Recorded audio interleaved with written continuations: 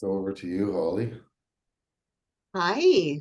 So I just wanted to say welcome everyone and thank you for joining us for this webinar presented by Future of Good in partnership with the Mastercard Foundation. The title of our webinar is From Tradition to Innovation, the Rise of Indigenous Entrepreneurs.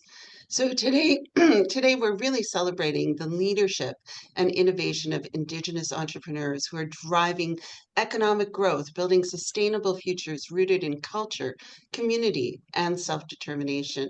These are entrepreneurs who are blending tradition with modern business strategies, creating lasting impacts not only for their own success, but for the well-being of their communities.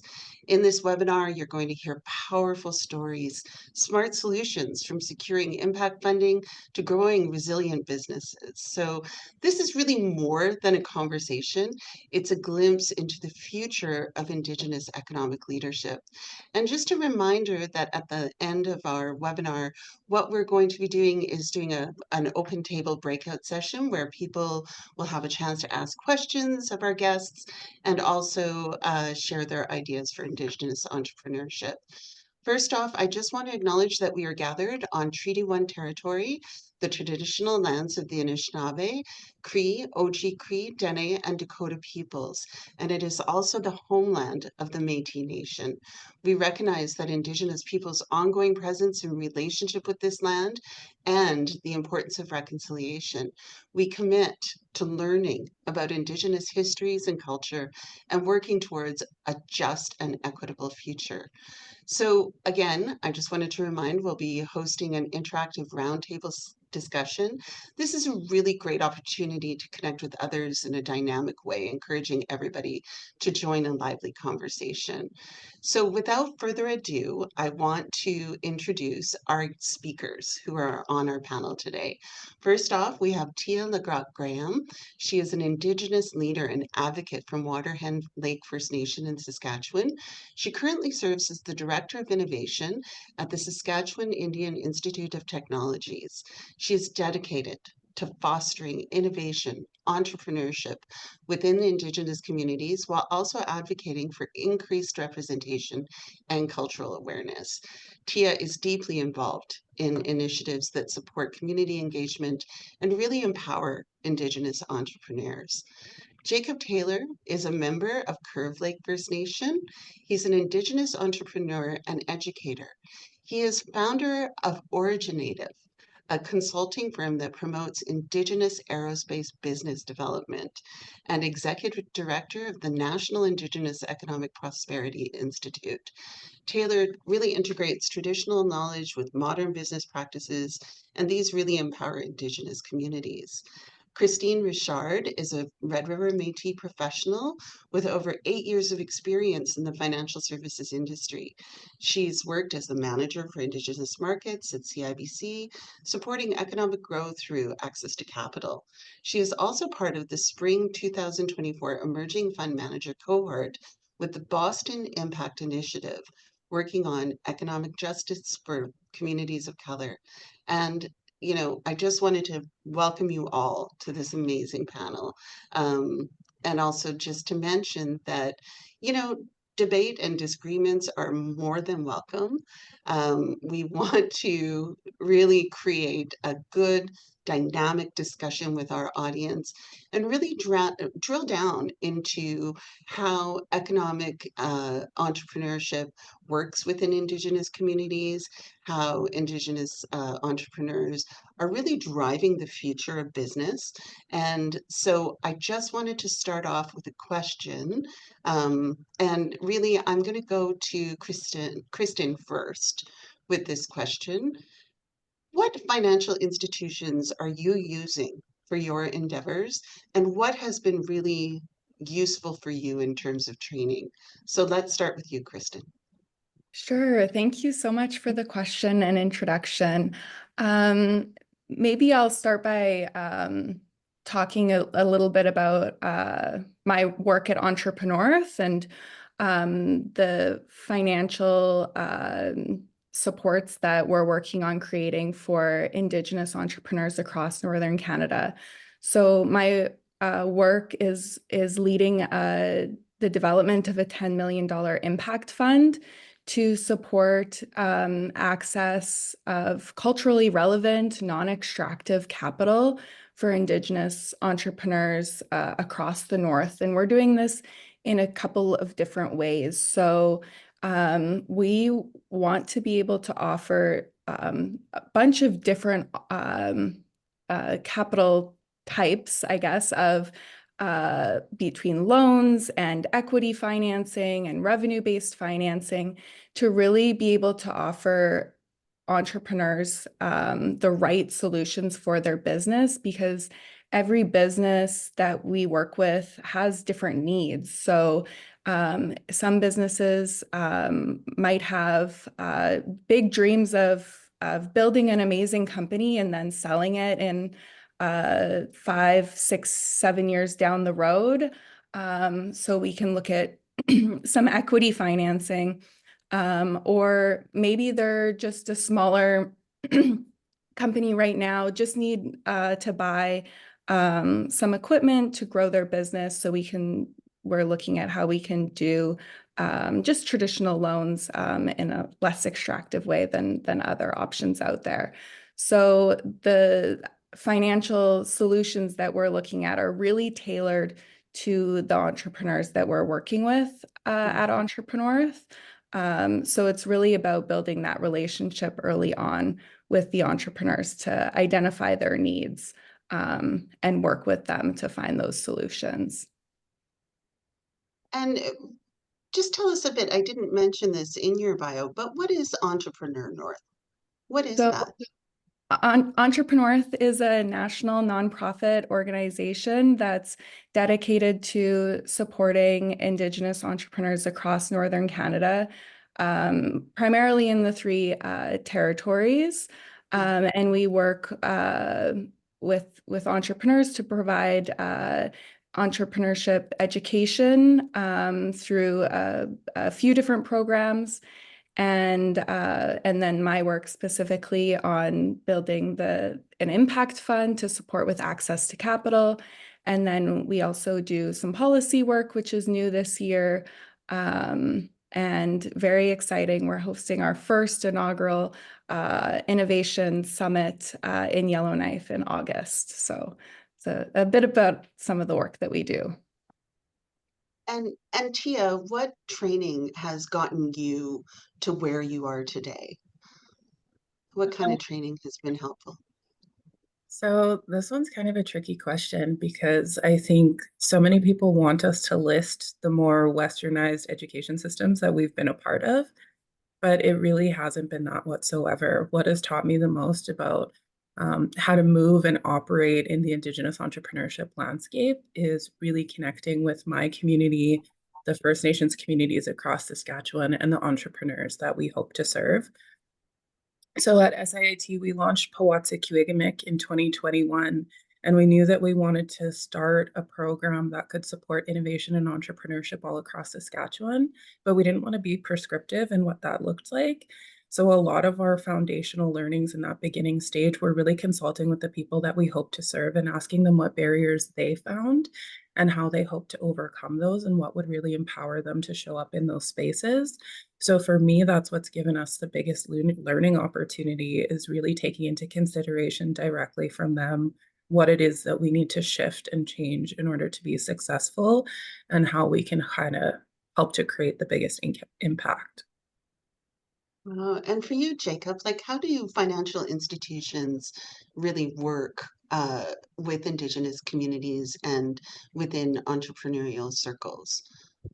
Yeah, I mean, I'm not too familiar with how the Western like banking and other financial institutes work with our entrepreneurs, but I have a lot of background working with the formerly Aboriginal finance institutes, now Indigenous finance institutes, and particularly in Ontario. That's how I actually got my start many years ago. In 2014, I took a Wabatech entrepreneurship program. Wabatech being an Indigenous financed institute in the Sudbury, Ontario region or Manitoulin Island region. And they had a 6-week program that I took. They paid for me to be there, fed me, housed me, um, and I came out of it with a business plan. And I was able to use that business plan to access um, $25,000 loan, and that loan was 80% non-repayable. So that was really critical for me when I started my company, um, way back in the day. It got me the computers and the website and basic things I needed to start what was then a consultancy practice. And then after about 7 years of success running that company with some other partners, closed it down, and I went back to I was in a different catchment area now in the Two Rivers IFI, stationed in Six Nations of the Grand River, and they also helped me start my second company, which was this originative brand that is launched into the drone enterprises. And we did a lot of good work through that. The originative brand partnered with another company to start Indigenous Aerospace. That company is still out there and functioning. But again, it was really critical that these IFIs and the business development officers I employ uh, helped me to access that capital, which was critical, but also made sure that I deployed the capital in a smart way, that I didn't squander that money, that it actually went to solid supports for my business. I didn't just have a website, I had a great website. I didn't just have a computer, I had the right computer that fit the task. And working with the IFI business development officers helped me, to get there. So those are some of the fundamental ways that Indigenous financing helped my entrepreneurship journey. Mm. I just wanted to pick up on something that you said there, and I noticed, Tia, you were nodding. Like there were, while you're starting a new business, oftentimes there isn't money coming in, right? Like you had said that this Uh, program had housed you and fed you and, started this smart way of deploying that money. What are some of the challenges that are specifically facing Indigenous entrepreneurs who may not have the capital to really start a business and sustain it? What are some of those challenges, Tia? Yeah, I mean, you have your financial capital, which we have, some reasonably good supports, but you still need to have paperwork proficiency. You need to be able to fill out that paperwork and stick with your monthly reporting and all of that. So there are some of those fundamental administrative skills that we need. But beyond that, the social capital I found, to be really important. I'm a Curve Lake Band member. We're just outside of Peterborough. We're, just outside of the GTA. There's a huge population base there, huge population base being so close to the United States border. Uh, Mm, a large portion of Canada, in fact, lives in that area. So for me, I had this distinct advantage of social capital that I could easily get in the car, or get on the bus, get on the train even, and get into Toronto and meet with so many people. I know, though, that not every Indigenous entrepreneur has access to that same opportunity. The further north you go, the harder that is for folks, in fact, to have a high social capital network. And, coming into some of Tia's conversation about the training in the Western institutions, I did go to Western University, which, again, increased my social capital. A lot of high caliber talent went into those programs and then graduated those programs and, were my friends. And so mm, I was really fortunate that I had this social capital network to draw upon. And that even made me aware of the IFI network, right? It was through my mm, social network. And so a lot of the barrier is like the access to the information and mm. the inspiration to go after that, right? Like this is for me and I can do it. And I was very fortunate that I had a social network that provided that to me. Mm. And I How think about one thing that I'll add is that Jacob is very go? fortunate that he was able to access a lot of those services. But Mm, for like a lot of the entrepreneurs that I'm interacting with on a daily basis, we're not eligible for loans, especially if we're living in First mm, Nations communities because we don't have access to the capital. in order to qualify for a loan. We've been financially excluded for so long that there's these programs that have been built to support us as First Nations entrepreneurs, but accessing them is like a 1 in 100 shot. So the thing that I'm really fortunate or proud of our program, I guess, is that with funding from Mastercard Foundation, actually, who's sponsoring this event as well, that we were able to create our own micro granting program. So we're able to give up to $5,000 to First Nations entrepreneurs. And that's whether they're starting and they have an idea they want to try out, but they need help getting the equipment or the access or the training in order just to test it, or if they have an established business and that can kind of help them to grow and scale and what that looks like. And just that ability for us to say, if you want to do this, somebody believes in you and we're going to back you and give you this resource. 5,000 may not be the 100,000 that like the IFIs or the BDCs are promising, but you don't have to pay it back. It's an investment that's not extractive, that doesn't require things from you. It's just to support and believe in those dreams. And I think that there's not a lot of other programs across Canada, especially that are really looking at it from that approach. It's wanting to support entrepreneurs, but not actually having the faith and the trust in backing them. So I think, unfortunately, some of our IFIs and our Indigenous financial institutions, while they are a little bit more set up to support us than some of the non-Indigenous institutions, I think they still have a lot of work to do in order to make sure that we can access the funding that they're trying to support and connect with entrepreneurs. That's a good point, Tia. That brings me back when I was the CEO of Indigenous Aerospace and working nationally, trying to help others start their own drone programs. There wasn't parity across all the provinces. Like it's Right. very hard. I remember one of the clients I was working with in Manitoba, he had extreme challenge in accessing the IFI, and the programs that the IFI was offering were not the same that I had in Ontario. And it was puzzling to me that it's a national IFI network, but that they don't have the exact same programs that they're offering to the local people. And you're right that it can be challenging again for people who, don't have the business background and the administrative proficiency to fill out all the paperwork they require to have access to their programming. So you're right. It's not the same all across the country for sure. Which And is I think Kristen, yeah, Kristen is kind of uniquely positioned to talk about this because of being in the north, right? Like I've heard geography mentioned a couple of times here. And so Kristen, like what does your organization do to bridge those gaps? And Yeah, I agree, Tia, exactly with what you said. I think that there's still a long way to go for many financial institutions, both Indigenous and non-Indigenous led. And I think the way that Entrepreneur has experienced our work, and we're not an IFI, but I think it's really about pairing the education support, and we with our funding we have the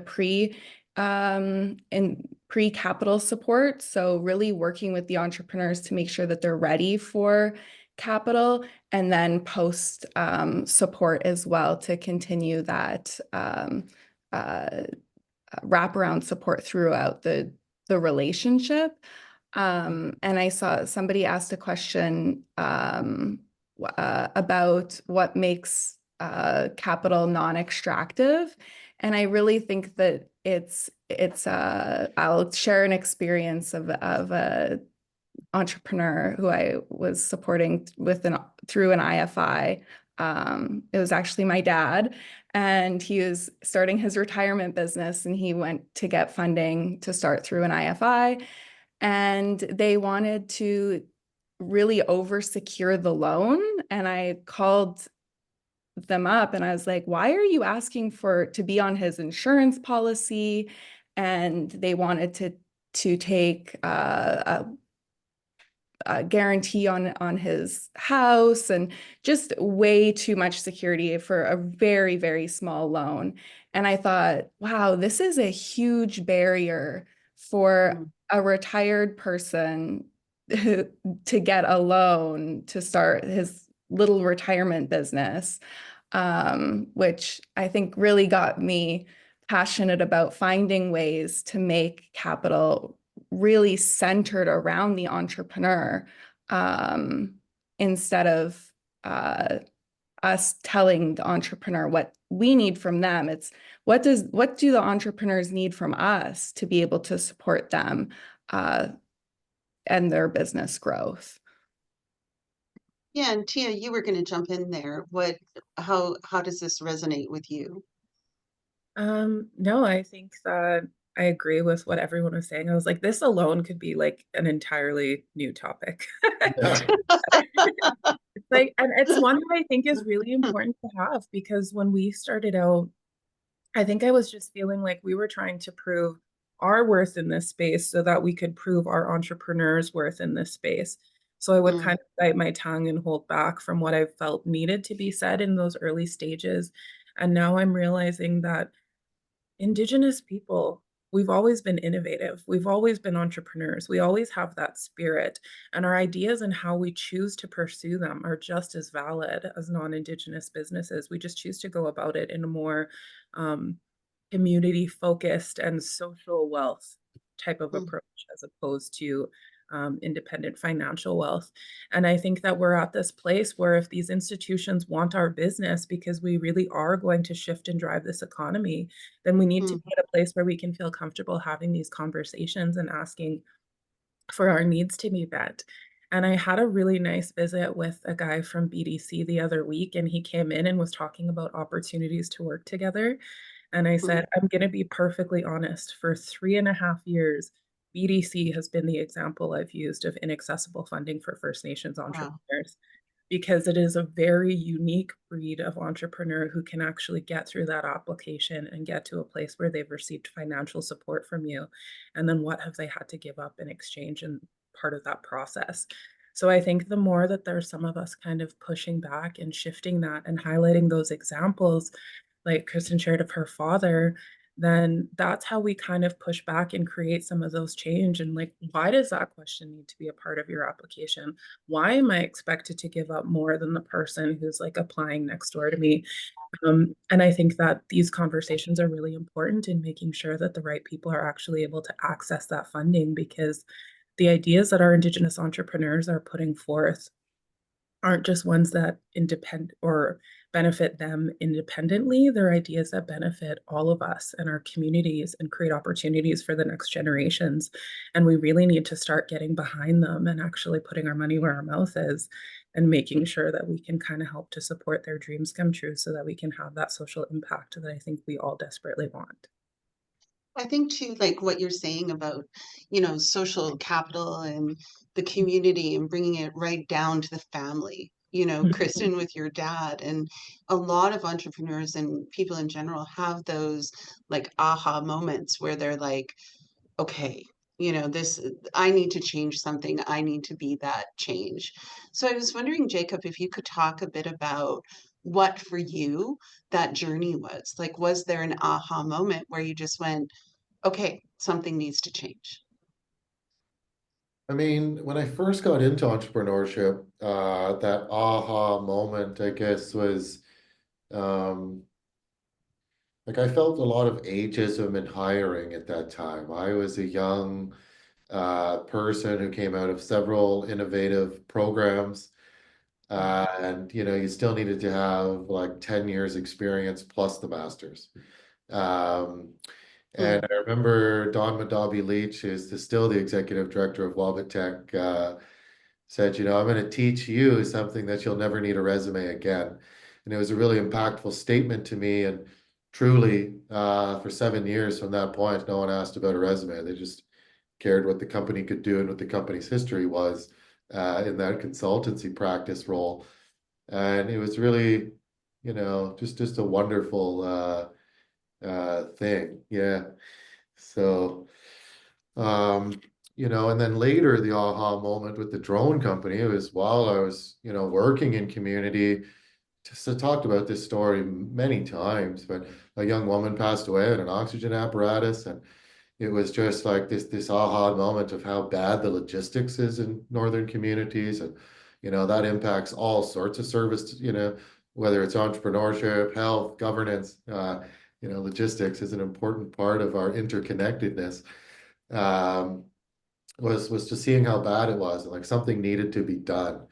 Um, and then knowing again, that information piece, or that inspiration piece. I also had all the informational background now of where to go access capital, what to do.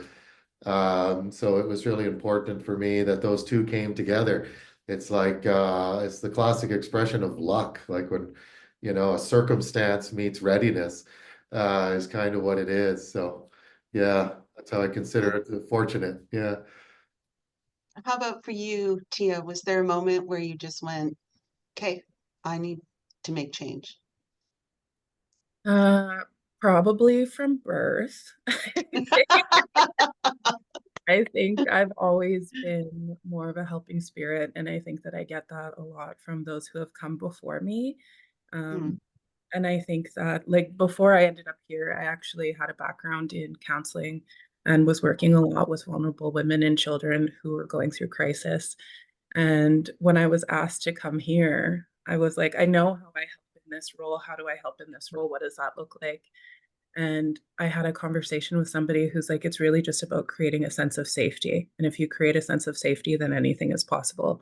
And that's something that I knew that I could do. And I truly feel like in this role and in this work with my team and the people that I'm getting to help and support every day that I'm learning so much from, I feel like I've really found um, my place in this world, but also a way that I can give back and create change that we can see tangibly. Like, this world, this environment of Indigenous entrepreneurship moves and changes so quickly and so rapidly. And I really am inspired by how much change we can see just within this generation and thinking about the long-term impacts of that. It's something mm, that I feel is a huge responsibility, but I'm also very honored to get to do. mm. And Kristen, how about for you? Was there a moment? Oh, I like that question. I was thinking about it as I don't know if there's been one moment per se, but I think that I have a very strong sense of for justice. And when I Mm, see I guess it's more areas for improvement. I think that that's really what motivates me to find new solutions to do things in a better way for the collective well-being of my community and of Indigenous people. there's a really interesting question here in the chat from Taylor Fox. She says, I believe we're talking a lot about changing institutions. So a lot of Indigenous entrepreneurs have already experienced that or are experiencing that. But what about the concept of protecting the right to fail as a business? So a lot of colonial structures, have a lot of breathing room for this failure. Like people start businesses, they fail, they start up new businesses. But that grace, Taylor is saying, is not often given to Indigenous people and Indigenous-led institutions. She wondered if any of the panelists think about this, and is there a way to push back to create a bit more room for that good failure as we build? For me, it's like, that's just entrepreneurship in general, is you have to fail forward. You have to look at why things didn't work and study that and make corrections. It's kind of the opposite of school where we get to like study all the materials and go into the test. You actually get tested and then you develop them, you find the materials you needed. And that's where I, described that luck circumstance before. You always have to be building your readiness for when that test of life comes forward. And entrepreneurship will give you that. And it's really important to stay flexible. You don't have to strive for perfection. That failing forward, keep that with you. The perspectives, Taylor Fox, of like safety for failing. Um, I think that's an individual thing. You really got to take that on within your own personal belief system. Um, because when you get into this entrepreneurship journey, there's a lot of doubters, there's a lot of naysayers, and you have to be comfortable with hearing that and moving forward anyways. And so that's where like innovation comes from. We started this conversation with innovation and Indigenous entrepreneurship, and innovation is doing something different, right? Something that people haven't seen before. And so, believe me, in 2017, when I was talking about flying medicines by drones, there were very few positive voices to talk to. But of course, now, in 2025, it's well proven out, and it's just, having a regulatory unfolding that will support it, to be more activity like this in the future with safety increased. So yeah, that's what you got to do is fail forward, trust in yourself, and entrepreneurship is often, swimming after a vision that only you can see. So yeah, believe in yourself. Mm. Like I'll agree with Jacob there in that a lot of that is stuff that we just have to learn how to get out of our own way. I think especially as we're forging our own path and pursuing something completely new, imposter syndrome is something that we really struggle with. So when we feel like we're missing the mark, I think it hits a little bit closer to home. But I will say that that's something that I feel like is part of my responsibility as well to create that safety for you as entrepreneurs, is pushing back against some of those people that we're accepting funding from and asking them to redefine how they choose their measures of success so that they're more realistic with our measurements of success as Indigenous people.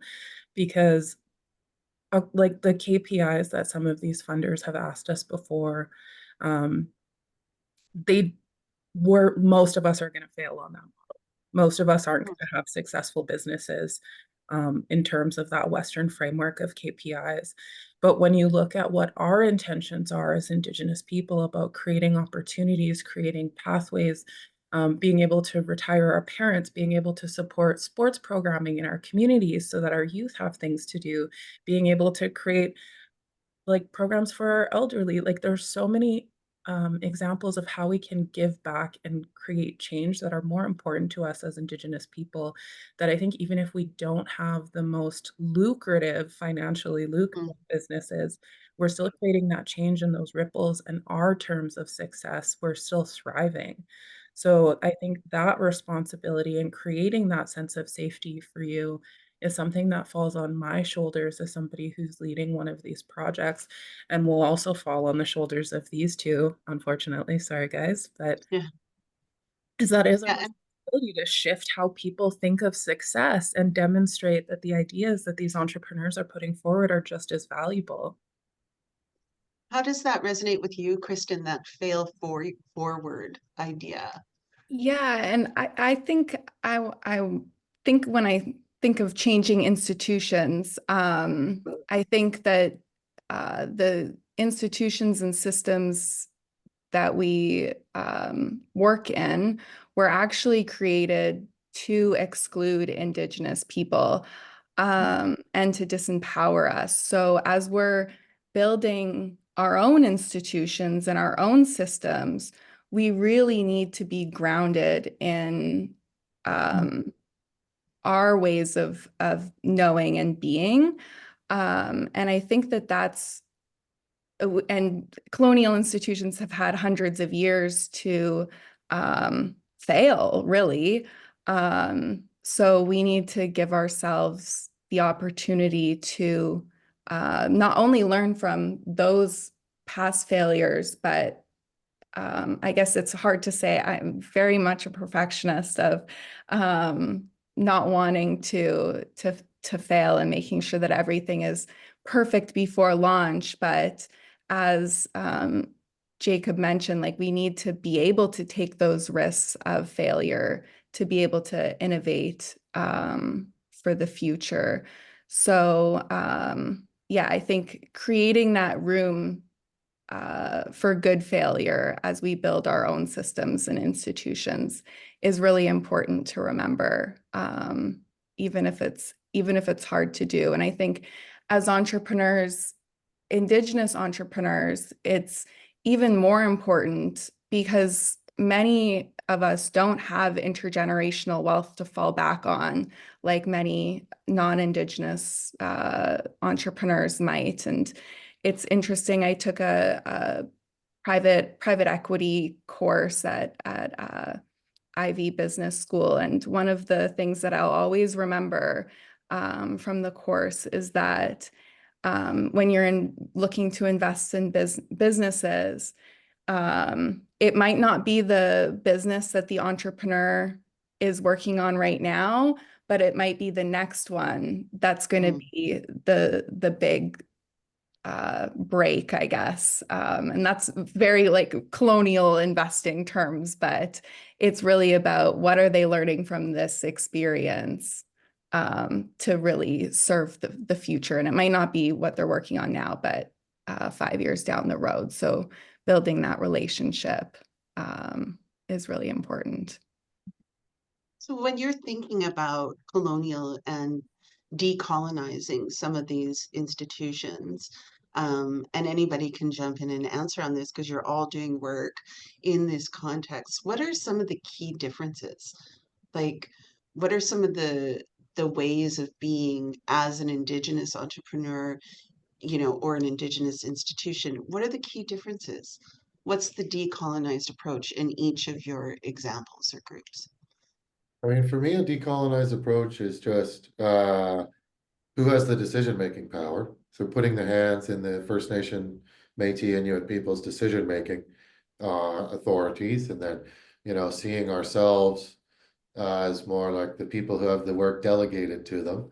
The colonial structure is more the other way. The colonizing party makes the decisions, and then it, affects everyone else. So that's how I try to take that. What was the rest of the question, Holly?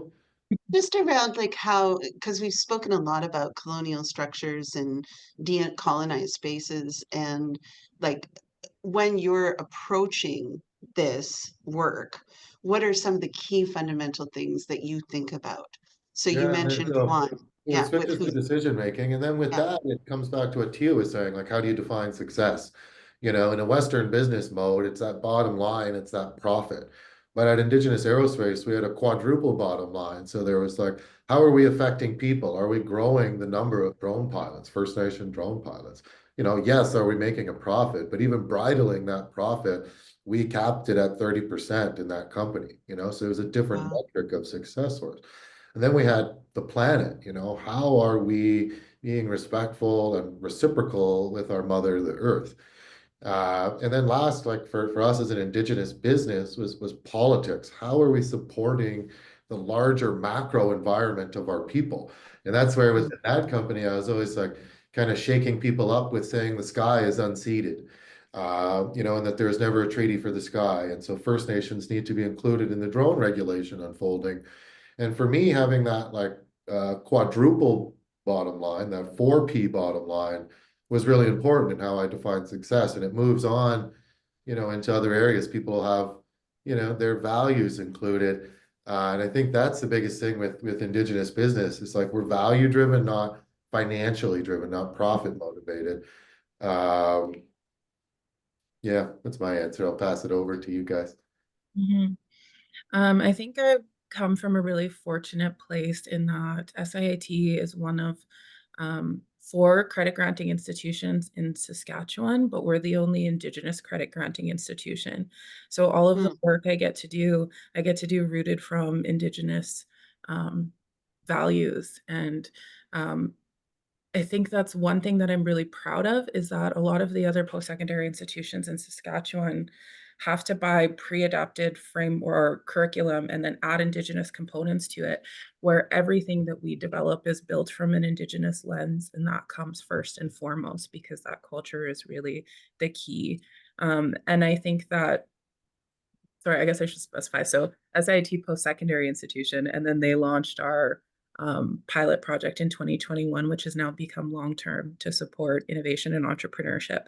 So because I have that background of being part of an Indigenous-led institution, I felt really confident in developing Indigenous programming with Indigenous people in mind, with Indigenous elders and knowledge keepers, and finding the right partners who are going to allow us to do that in the way that we needed to, because there's a lot of people who will want to throw money at you, but they have their own expectations of what that's going to look like. And we're really not in the business of developing 50 new initiatives in order to get the funding that we need.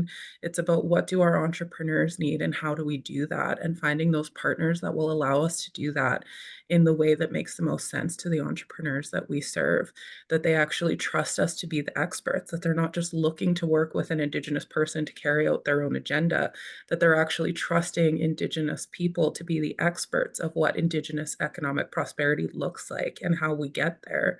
And I think that's one thing that's really important, is that there's so many programs that are developed to support Indigenous entrepreneurs, but really take a look at what their structures are and who's actually operating those.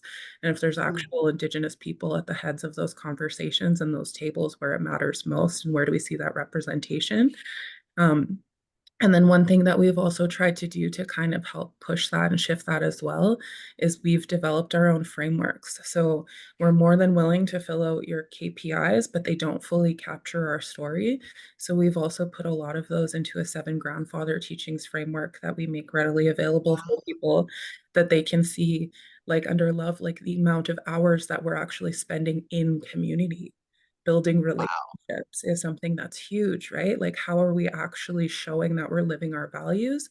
So that's one thing we've done. And then we've also created a tobacco model that shows how we've done all of our program development, but how we can also assess, are we actually creating enough change around the circle and creating enough support for people to get to where they need to do? And we make those publicly shareable as well. So I think the last thing I'll say about Indigenous institutions as well is that that whole notion of values that Jacob brought forth is first and foremost everything that we do. And one of the first teachings I ever received is to have knowledge is to share knowledge. And I think that's what sets us apart as Indigenous people and Indigenous entrepreneurs, is that we're really trying to create that change for everybody. And we don't hold back from sharing. If you have something that you know can actually create change or make it easier for the next person to navigate, then we have a responsibility to kind of show up and do those things and make sure that if we're going to the top, we're not going there alone, and that we're making it easier for other people to follow. So that's one thing that I'm really proud of with the entrepreneurs that I support and the Indigenous people that I work with. They're all some of my most favorite, incredible people, is that they're really dedicated and empowered to creating that change and making sure that we're including the right voices in the conversation from the very beginning. Hmm. Yeah, like that's probably when I was working at APTN, that was the biggest lesson was, I was working in journalism, but Where you um, look familiar from? I knew I recognized. yeah, journalism is like a very, colonial, long-term, powerful structure, right? And at APTN, they'd say, it's not our way. And I'd be like, okay, got it. But I think that a lot of non-Indigenous people and entrepreneurs, particularly in the business world, haven't taken that time to understand what is the way, Mhm. So what would you say to that, Kristen? Like, what's different about how you're approaching the business world, which, like journalism, is very entrenched. It's a colonial construct, right? Yeah, for sure. Great question. So in finance, there's lots of more traditional ways of assessing a business for a loan, and one of the more mainstream ways is through the 5 C's of credit framework, which assesses character, capacity, capital, collateral, and conditions of the business. And a great example of how Indigenous organizations have worked to decolonize this is through the work led by my friends down in New Mexico through Native Women Lead, which is an amazing organization supporting Indigenous women. And they took the 5 C's of credit and really thought deeply about how it impacts Indigenous people, specifically Indigenous women, and created what they call the 5 R's of rematriation. So when they're looking at finance, they're prioritizing relational, rooted, restorative, regenerative, and revolutionary businesses. And that's what they look like. That's what they look at to assess a business and really align it with their principles of rematriation and Indigenous well-being.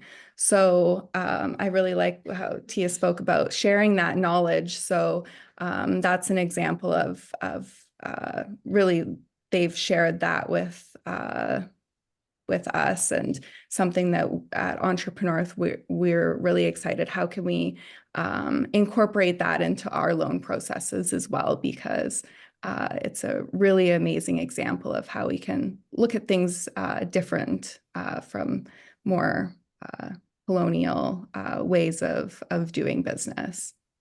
Mhm. And it's got the word revolutionary in it. Like that's pretty amazing. You know, It's when you're pretty thinking about awesome. like a business or financial. What's your Mhm. reaction to that, Tia? No, I agree. And I think that I also want to like clarify that like yes, it's incredible to work for an Indigenous institution, but like in order to create the true shift, we really do need some of those partners from other spaces as well. Um, and I think that also comes to the notion of sharing knowledge is that the reason that we challenge isn't because we're just trying to be intentionally disruptive.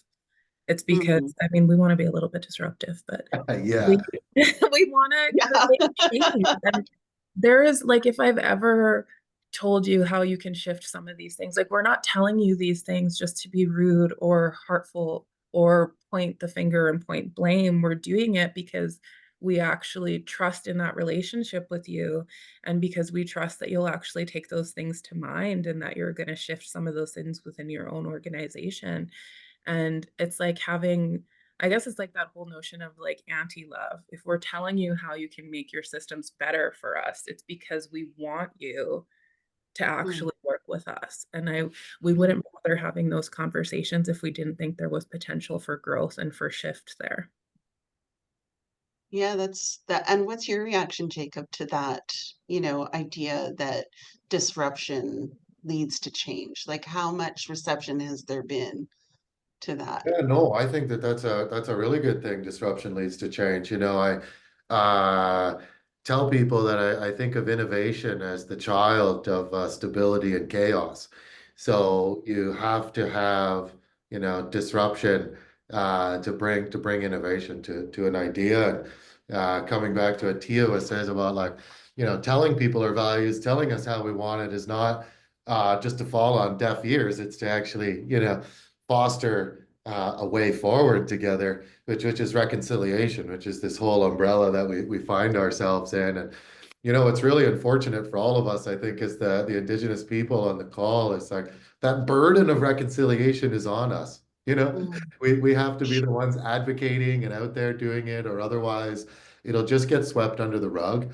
And so, I really commend my colleagues here because I know it's not an easy thing we have, to get up there and iterate this to audiences, the settler audiences that perhaps are tired of it, don't always want to hear it, but yeah, that reconciliation burden that we have is a real serious duty that we have as Indigenous people, and we're not going anywhere. It's still going to keep happening. So, yeah.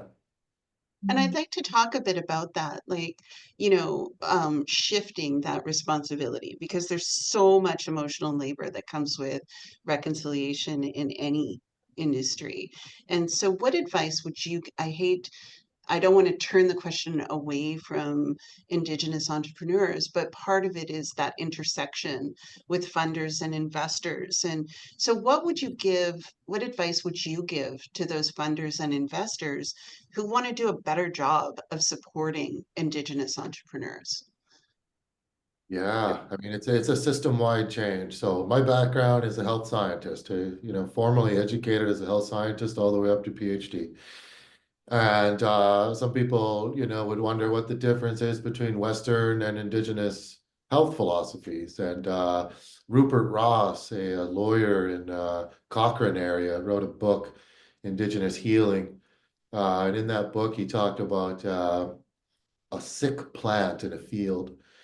And he said that Western medicine, sees a sick plant in a field and digs it up and takes it out of the field and puts it in the lab and makes it all better, then puts it back in that same field again.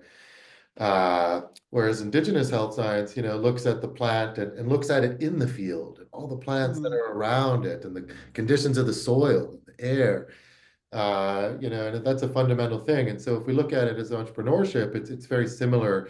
A lot of our calls have been around the individualism of the entrepreneur, but what about the system that they operate in, right? And how do you make that more familiar? So that's one of the interesting, I guess, transfers over from my entrepreneurship journey into where I'm at now as the executive director of the Economic Prosperity Institute. And, we're really measuring and monitoring the National Indigenous Economic Strategy, which was released in June of 2022. Building upon Call 92 from TRC 2015, which said that corporations in Canada, have a responsibility to reconciliation as well. And many of them didn't, were like, okay, cool, we want to get involved, but how do we do it? And so mm, in June, the National Indigenous Economic Development Board released this strategy, which is available at niestrategy.ca. It has 107 calls within it, which can give our, corporate and governmental partners in Canada um, ideas and pathways to support the growth of Indigenous economies, the growth of entrepreneurs, businesses, and I'd really encourage everyone to look at that because as much as we're all treaty people, we're all also responsibility for, reconciliation. And mm. we have to get that to get to that level. The burden can't just rest on all Indigenous people. It's for all of us. And so we're happy to share our values about how we want to get there. But it is important that we listen. And then coming back to like earlier in the call, this idea of failing forward, like, really just taking action and being brave about it and accepting mistakes will be made and, not getting stuck into the whole analysis paralysis of the issue, but recognizing there's something and just, grabbing each other's hands and walking forward with it. Mhm. I just wanted to just pop, it's a like literally we could go on for the entire day and have like a summit. I'd really like to hear from the audience. We're gonna kind of transition to the roundtable discussion. So what this looks like is if you want to raise your hand, you want to turn on the camera or come onto the stage, just let us know in the chat and then you can also send your questions through the chat if you don't want to come on stage, but we would really like people who are listening and watching to have an opportunity to engage with our fabulous panelists. You guys, like, literally, we could have a whole summit on this. So, is there anybody who wants to? Sue is asking about, is there anybody who wants to come on camera? Raise your hand.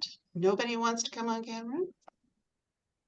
Come on, we were born on camera. No. Okay, so I'm gonna just work. I'm a journalist. It's much easier for me. So, Tia, can you share more about the Seven Grandfathers framework? Sue Manziuk would like to know. Yeah, so it's something that we have been kind of toying around with, and it's not entirely novel to us. I had a conversation with Jeff Ward from Anamiki the other day, and they have something very similar as well. But it's really just about holding ourselves accountable to what's actually important to us and how we want to move and shift in this world. And that a lot of these funding agreements were asking me, how many entrepreneurs did you support? How many communities did you see that successfully led to X, Y, and Z? But for us, it was really about living our values. And if it's to create those pathways and get out into community and not be waiting for people to come to us, what does that look like to us? How can we show love? So a lot of that was like, how much time do we spend in community? How much time do we spend making sure that our events have 4 generations present and that we're not excluding anyone from the conversation?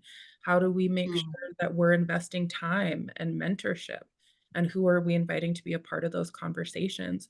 So we took all of those things that were the most important to us and slotted them into the Seven Grandfather Teachings framework. so that we could kind of share our story in a way that fully captures that picture. Because you might see that this summer we were in 6 communities delivering technology kits, but when you see that that's like 300 hours spent engaging with Mm, community members to plan, it paints a different story, because as Indigenous people, we're relational and it's time-based, it's trust-based. So I think that also goes back to the question of like, when people want to work with us, that's the key, is how much time are you actually willing to invest in this relationship to sit down and have a coffee with us and figure out what that looks like, and making sure that our voice holds just as much weight as yours does. Why are you mm, willing to engage with us? And I think that by having things like this framework, we're able to kind of make sure that we're sharing our story in a way that we're holding ourselves to our values, but we're also able to really resonate with the right funders and the right partners, because the people who get that and understand that and see that mhm, that's how we want to lead and engage, are a lot more likely to find us in those intentional ways. mm. So we have, thank you, Tia, for that. We have Colin joining us. Colin, is it Arlt? Yeah, that's me. Yep. Okay, where are you joining us from? Yeah, I'm joining it from Treaty 4 or from Regina or Wascana. I try and acknowledge a bunch of different names for this crazy place I live in. And so just seeing just these relatives, I guess, is the way I view you guys. I'm just really thankful for the work Kristen and Jacob and Tia you're doing, and Holly. Thank you for letting me ask. I feel really inspired and thankful for just the stories you're sharing and the teachings that you're sharing with us. So thank you, thank you, thank you. But I think like my biggest question is like,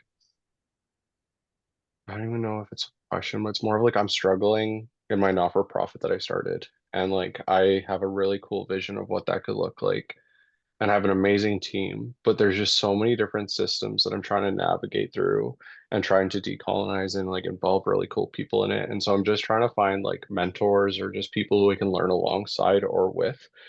So I was wondering if you guys know of any places like that, or if, and that from what I'm understanding, Tia, your work does a little bit of that, which is beautiful. So I might reach out to you after this, Yes, honestly. I'm going to So put my email in the chat, because actually, so this is a longer conversation, because I think a lot of times as Indigenous people, we think that we need to start not-for-profits because we're focused on creating change.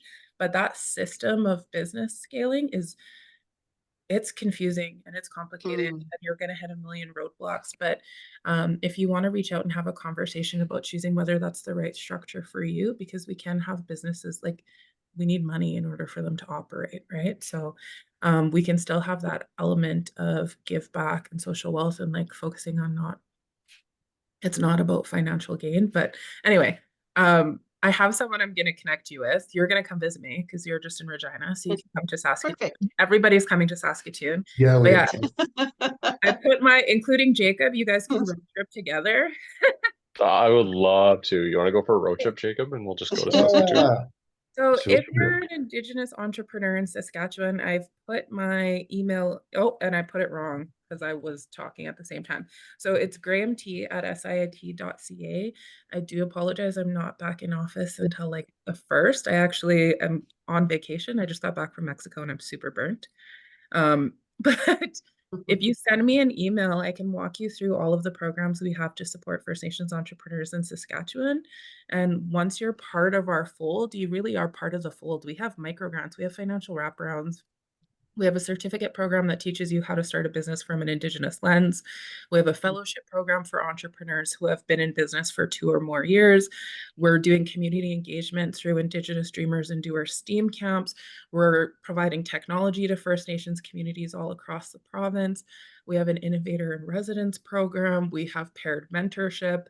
And really, we try to support you through as many of those initiatives as humanly possible, because it really is, we are family. And I'm glad that you brought that up and that you felt that and you see that connection as well. So definitely email me and we'll set up a meeting and talk about how we can support you and get that on the right track. But I think the first step is just figuring out whether nonprofit is the right fit, because you're going to have a lot more hurdles going at it from that lens. Interesting. And we do have Sharon on board with a question. Hi, Sharon Red Sky. Where Hi. are you joining us from? So I'm here at Treaty One territory, but I'm a member of Shoal Lake 40 and live in Winnipeg. And so my question, and really appreciated this last hour and a half. It was very informative. Just that Colin brought up the nonprofit. I wondered if you felt that the philanthropic sector has a role to play in supporting entrepreneurs. I know that Mastercard Foundation has, supported it, but I just wondered about that connection and if there was more that that sector can do. I would love to answer this question. So, Entrepreneur is currently a project of Makeway, which is a great organization to support nonprofits build your organization. And being on the project itself has now allowed us to work within the charitable sector. Mastercard Foundation is also one of our funders. And I believe that the philanthropic sector has a lot of opportunity to support Indigenous organizations to access a lot of their capital right now. The money in the charitable sector has to stay in the charitable sector, so that's where it can be quite challenging. And Entrepreneurs Impact Fund will be in the charitable sector, so we can access more of the philanthropic capital to continue to support Indigenous entrepreneurs. And I will say that the charitable world is quite confusing and hard to navigate. So, but I do think that the philanthropic sector has an opportunity to move some of that capital to Indigenous-led organizations. And I think that the opportunity is really about Indigenous leadership and being able to make those decisions with capital transfers. There's been some really big capital transfers to Indigenous foundations, and I think that is a really big opportunity for the philanthropic sector, and there's still a long way to go. But Entrepreneur is really looking at how we can play that role in the philanthropic sector to support Indigenous entrepreneurs. And then, of course, with the changes on the non-qualified donees, I think is going to be an important opportunity to continue to support Indigenous entrepreneurs who might not have that charitable status to be able to give larger grants. Mm. Tia, did you want to, or Jacob, did you want to answer Sharon's question? About the charitable sector? Yeah. Like how can, because one of the questions that was submitted earlier was about an example of less extractive financing, right? So could the charitable sector be that? And, how much of that non-extractive financing is available to people to start their businesses? I think Go ahead, Tia, sorry. I was going to say, I think it's the same conversation, really. It's just no matter what space we show up in this world, and this is outside of like entrepreneurship as well, like if we want to be perfectly honest, is that there's so many expectations put on us for Indigenous people, and that there aren't enough people that trust us to figure out what that success looks like for ourselves or what that impact looks like for ourselves. And I think in the charitable sector and in entrepreneurship and basically all sectors, we're going to have those same conversations and make sure that we're being really selective about the right partners. So I think especially in that sector where it's a little bit more limited, I would just encourage you to be really cautious about who you're engaging with and asking like those really deep questions at the early stages. about like what is their motive for wanting to support you, and what does that look like, and what does that support look like? Is it going to be enough to actually get you to a place where you feel comfortable? Is it going to be ongoing, or is it kind of just a more short transactional thing? So I think especially where there's Mm. less opportunities there, you need to be really careful about who you're choosing to work with and who you're choosing to partner with. Um, but it would be like the same kind of concerns and considerations that you would have to make in the other stream as well. Yeah, because I mean, it can be very daunting, right? Like, Sure. there's a lot of inspiration, and then after inspiration comes implementation. And so, how have you been able to get from that inspiration to implementation? I think there's a lot of people who like, yeah, there's so many partners who are like, great idea, let's do it. But then they're not actually willing to walk that journey with you of making it come to fruition. And it's a really lonely and daunting path, as you Mm. mentioned. So I think finding those partners who are comfortable taking like that long walk with you and being willing to revise, because failure is a part of that journey. I don't really like to call it failure because I think they're all learning and growth opportunities, and we tried something and we get to adapt it and we get to make it better. And the fact that as entrepreneurs or people pursuing these like nonprofit goals, like we get to do that in real time. We get to decide like what we want that to look like, and we get to shift it. And you don't have to be stagnant or concrete in what your plan is.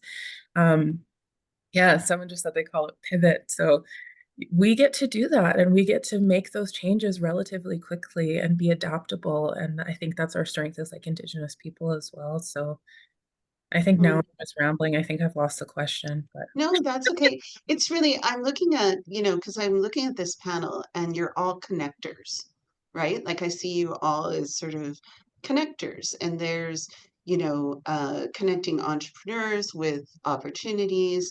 Like, how do you, keep yourself safe and invigorated? Like, what invigorates you to the point where you want to keep doing this work, Jacob?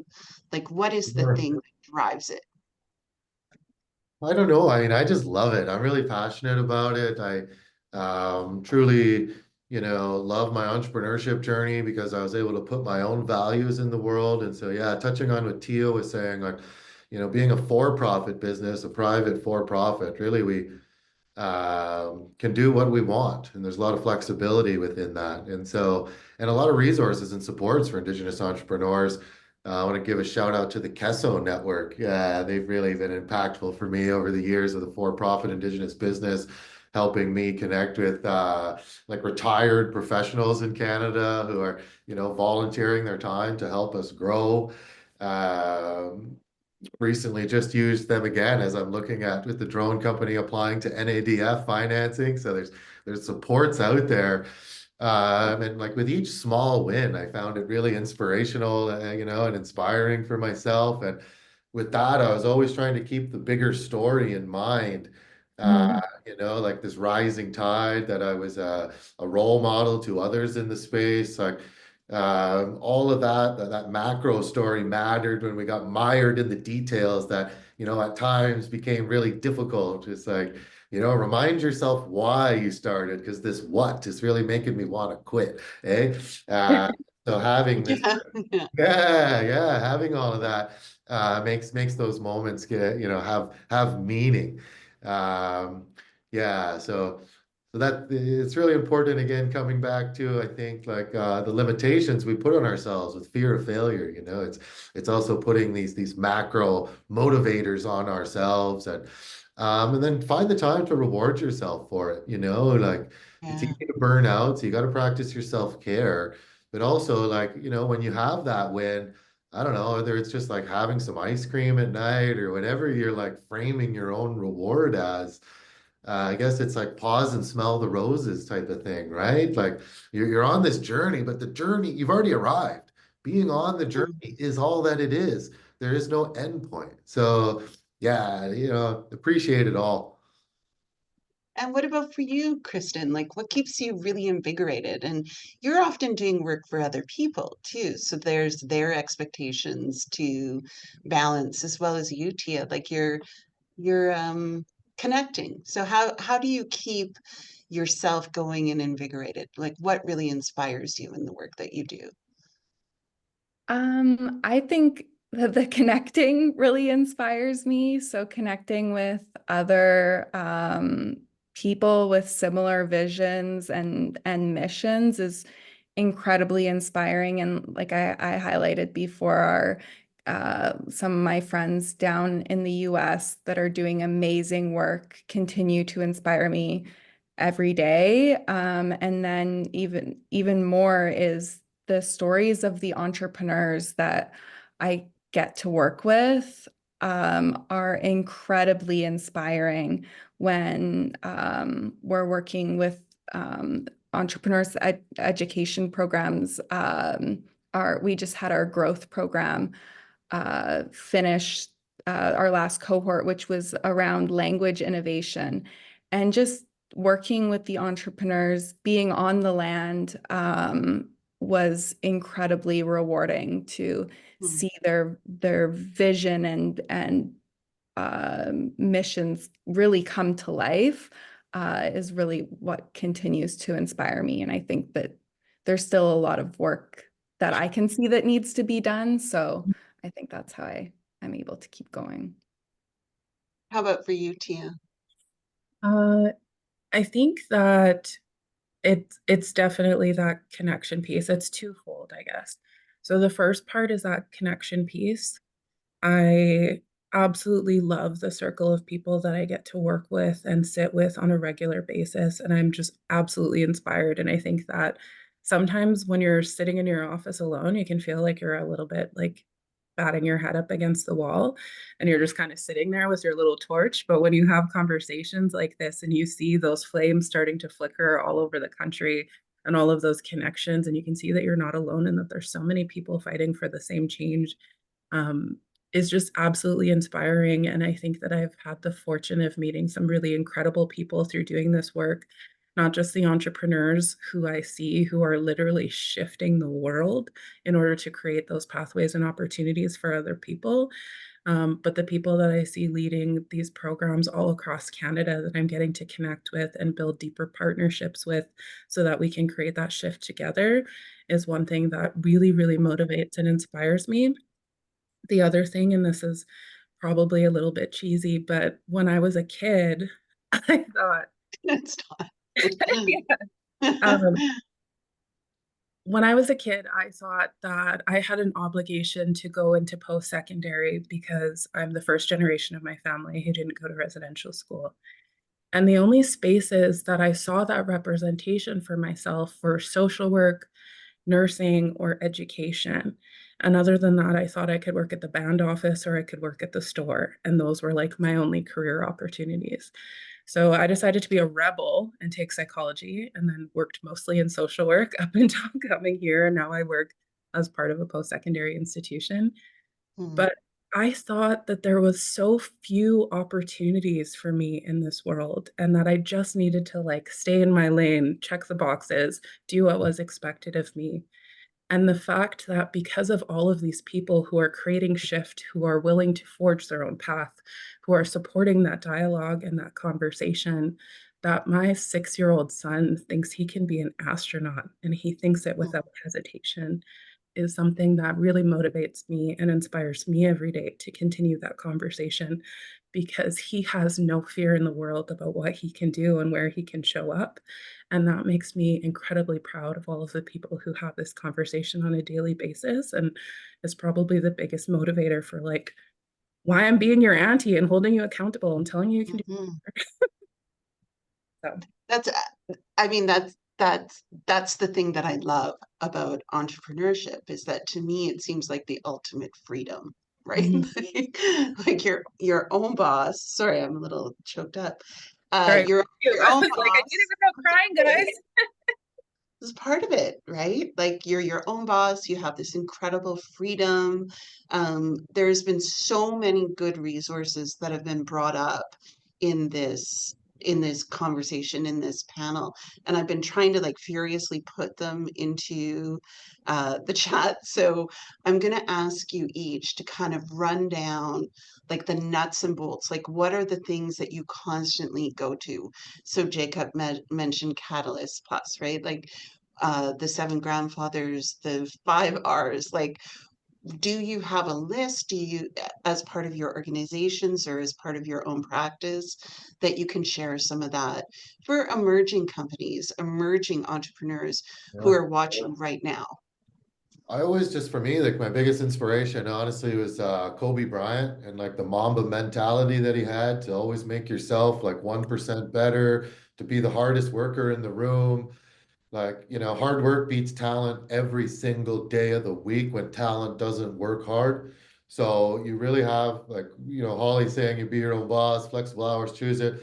Yes, that's true. But you have, that's as You much got as to there's work too. freedom, there's frightening with that too, right? It's all on you and you must put it all together. And there's no one else telling you to show up to work. And there's no one else there with you when you're in the office on a Saturday morning or, midnight on a Friday because you're catching everything up. And the real hard part of being an entrepreneur when you have, staff and you got to say to like your significant other or just yourself, like, well, I'm not going to eat this month because the business needs to pay its staff, right? Like that's when you really are in the weeds of things and you need to have a strong mentality to get you through that. That's what I'm talking, the macro, the why of why you're in this space. And we know what's happened to our people, and we know that the economic exploitation was the #1 settler motivation here, okay? And it's been written about for over 50 years. And so that's really important, to get up every day and put that why to work and remember, like, it's hard work. Yeah, for me, it's Kobe Bryant. I think about like Dwayne The Rock Johnson, all these athletic types, but they spent hours and hours into their craft, and your business is your craft. And so it's going to take that serious athletic mentality. Yeah, Kobe Bryant and the Mamba mentality. Watch some YouTube videos on it. Yep. How about for you, Kristen? Do you have a go-to list? Do you have a go-to organization that you want to share?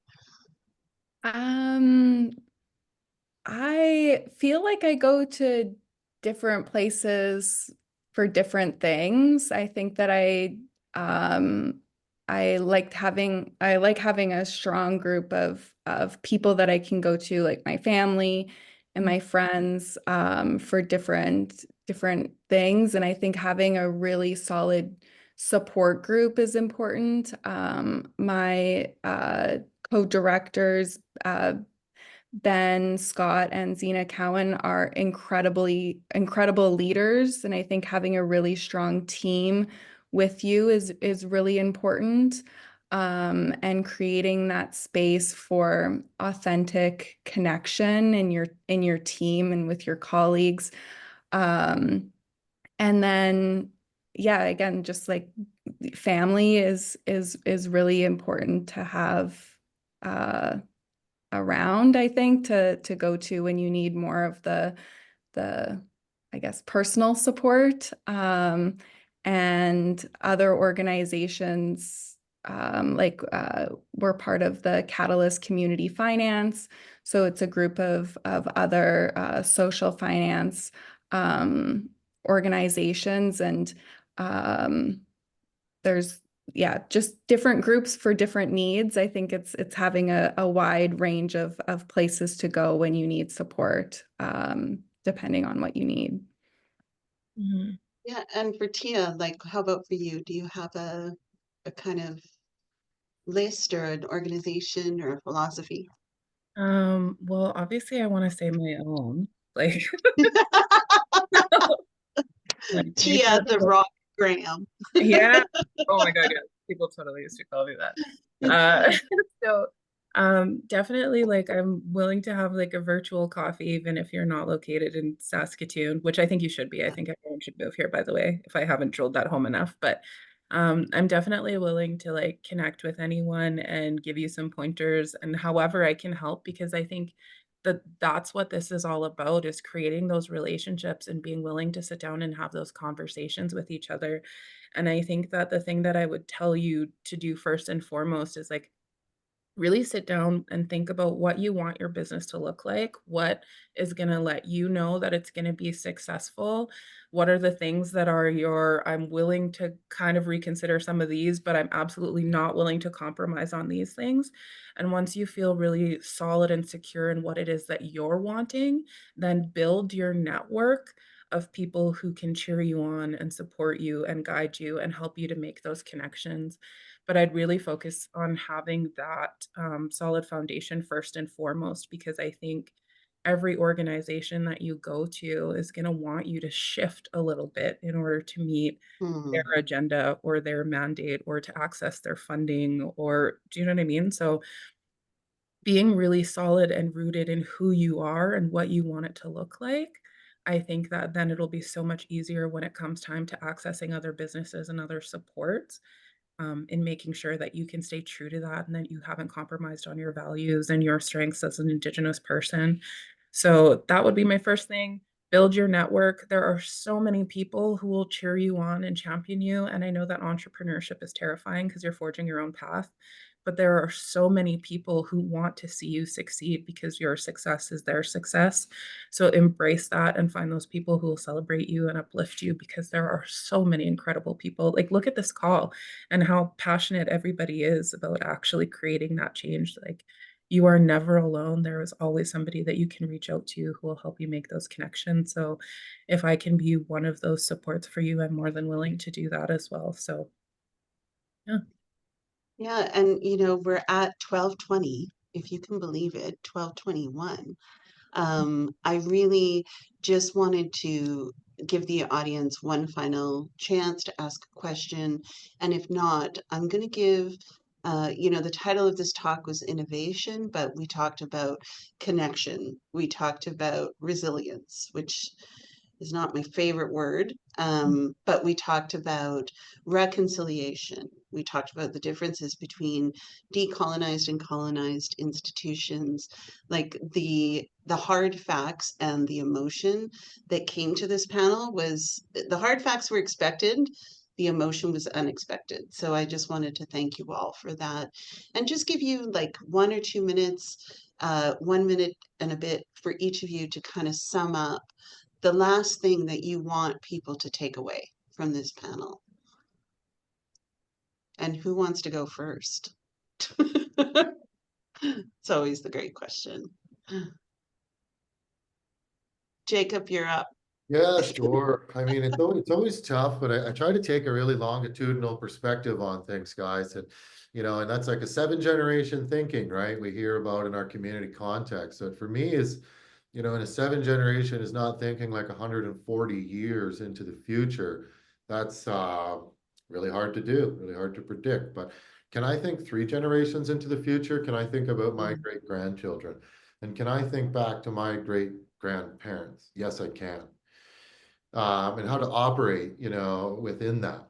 And for my great grandparents, uh, this idea of us being citizens plus, right? That like being a treaty Indian meant, that we had all the opportunities of the Western world, but also have the solid foundation of our own cultural heritage. And you can see this in the academic literature under like a two-eyed seeing language perspective nowadays. But and that's the aspiration for us.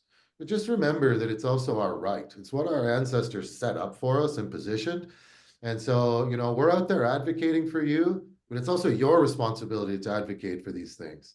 And yeah, so remember, it's your responsibility, and clap for yourself when you win it. Yeah. And how about for you, Kristen or Tia? What's the kind of final thoughts you want people to leave with? I guess just that you are valid exactly as you are. I think that there's so much pressure for us to show up in a certain way as Indigenous people that sometimes it almost feels like we have to perform. It's a little bit performance. Mm, And whether you choose to show up in beaded earrings and a ribbon skirt, or you've lost connection with your First Nations community, um, like whoever you are, wherever, whatever stage you're at in that journey of yourself as an Indigenous person. You are an Indigenous entrepreneur no matter how you choose to show up. And your idea is valid, and your idea is worthy, and your idea is life-changing. And I think that so much of the time we put so much pressure on ourselves to compare ourselves to who we're standing next to, but recognizing that all of those spots around the table are just as important.